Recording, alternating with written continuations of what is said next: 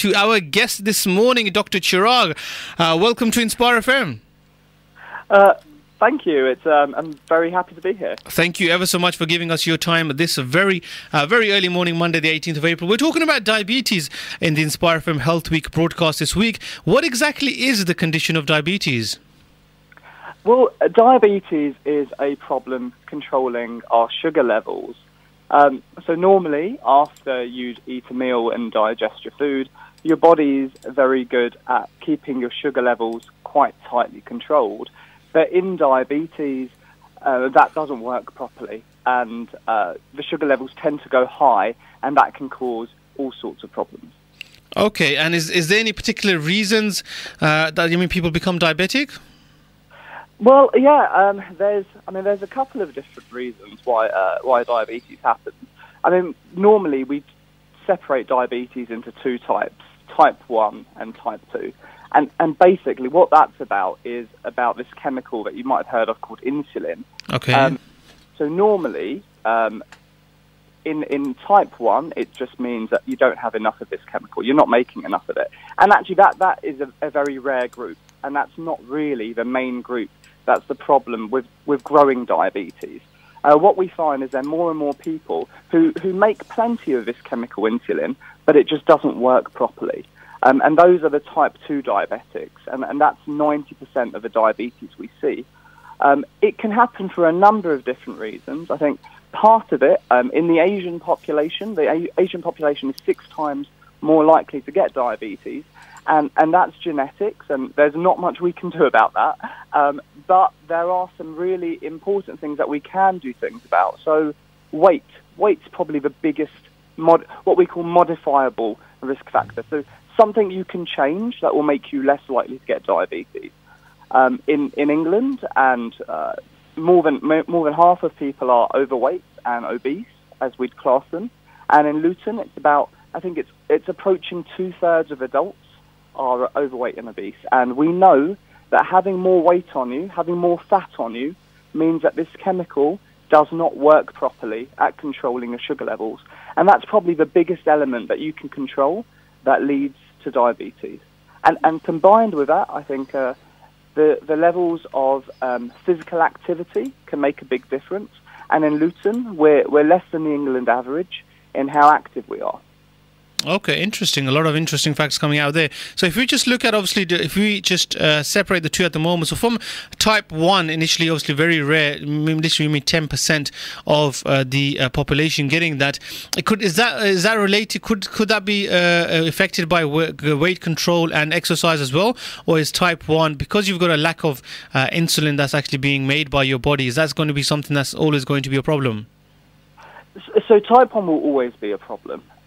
Because you're not making this chemical, the only way you can and you need this chemical to control your sugar levels, the only way you're going to get on top of your sugar levels and your diabetes is with insulin injections right now. So weight loss is good in that group, but they don't always tend to be overweight. Often they're quite young. So weight loss and exercise is important in everybody, especially because diabetes makes your risk of a heart attack or a stroke much higher, and weight loss and exercise are very good things to reduce your risks of a heart attack or stroke. But it's less important for that group, much more important for the type 2 diabetics. Okay, interesting. And in regards to type 2 diabetes, if you do have type 2 diabetes, is this something that you would always be on medication, or is this something that you can actually, get your body to such a state where you can actually get rid of it? Well, actually, there is lots you can do for type 2 diabetes. Potentially, if you lost a decent amount of weight and you were much more active and you really worked on your lifestyle, you could potentially get rid of type 2 diabetes altogether, or you could at least make it much, much better. Okay, interesting. And of course, the common myth. Well, I don't know if it is a myth or not. If you do have, say, for example, sugar is often sometimes I've heard of in your tea, for example. Often people, I've tried it many a times myself. To be honest, where I can try to get rid of sugar in my tea, I just don't enjoy it. But what about is that a common factor of you getting diabetes, or is that at least going to add the chances of you getting diabetes? Yeah, I've tried getting rid of sugar in my tea as well, and no, I can't handle it either. So it's not just me. It's not just you. So sugar is one of the main issues, because the problem in diabetes is because you don't control that sugar. If you take sugar in, your sugar levels in the body go up quickly. Okay. Because you don't even have to digest that sort of sugar. It's absorbed very quickly, and your body sugar levels go up very quickly, which causes damage. So sugar in your tea is not a great idea, but it's also sugary drinks. So Coke, for example, or fruit juice. Some people believe that fruit juice is quite healthy, but it's very bad for diabetes to have fruit juice and fruit smoothies, because you're not digesting that fruit. If you were going to eat that fruit by itself, then it probably wouldn't be so much of a problem. But it's all digested up and ground up, so that sugar is just ready to be released very quickly, and that's really bad for the body. So sugar in all sorts of forms is bad, and then you've got sugar in forms where you wouldn't even know it was sugar. So, for example, if you eat a baguette or some white bread, that doesn't taste like sugar. It doesn't look like sugar, but as far as your body is concerned, that's actually a load of sugar. And serious? So it will get digested very quickly into sugar, and that's why in our Asian diet we tend to have a lot of carbohydrates. So a lot of like chapatis and that sort of thing. Yes, definitely.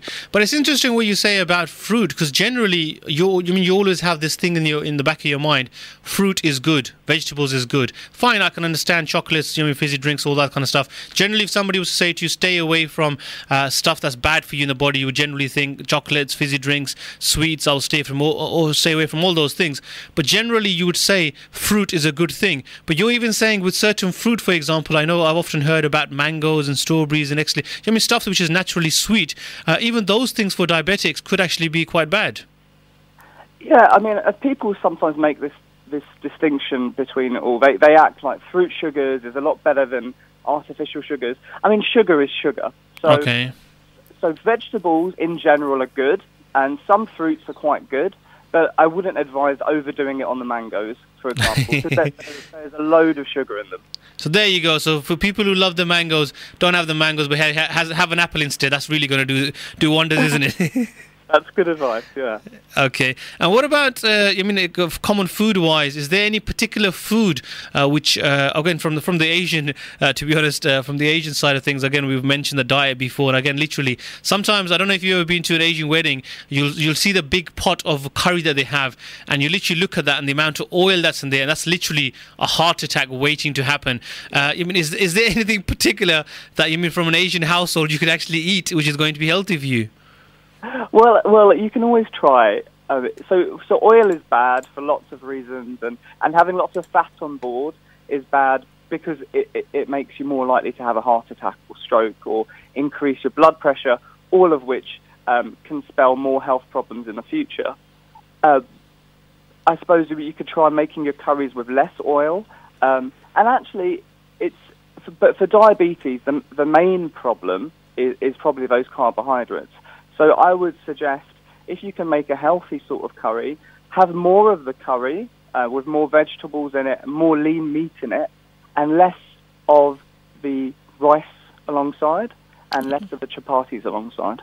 Okay, interesting. But to be fair, again, just to keep you on the balance, I'm sure there's very healthy Asian households out there as well. They're not all, of course, as we have just been described. We're just trying to put the worst possible scenario on the table, just to obviously get people's perceptions regarding diabetes. Apart from that, of course, Dr. Chirag, is there anything else, that people who are diabetic, who might, of course, have family who are diabetic, that they should be aware of, some of the things maybe they should be concerned about if, of course, they're at the moment in a position where they're not diabetic themselves?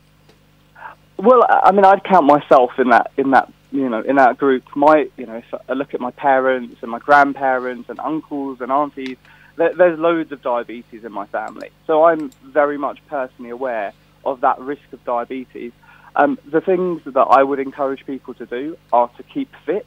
Okay, so keep in shape, because that body fat is what makes you much more likely to get diabetes. Being Asian,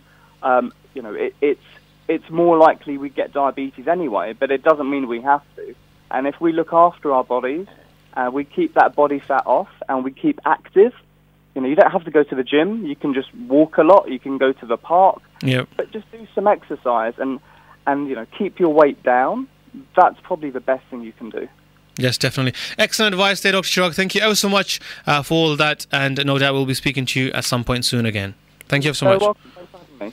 Thank you very much. Dr. Chirag Bakhai there, of course, giving some amazing advice for people with diabetes, people with, of course, family who have got diabetes, and that could potentially put you at risk of getting diabetes also. Very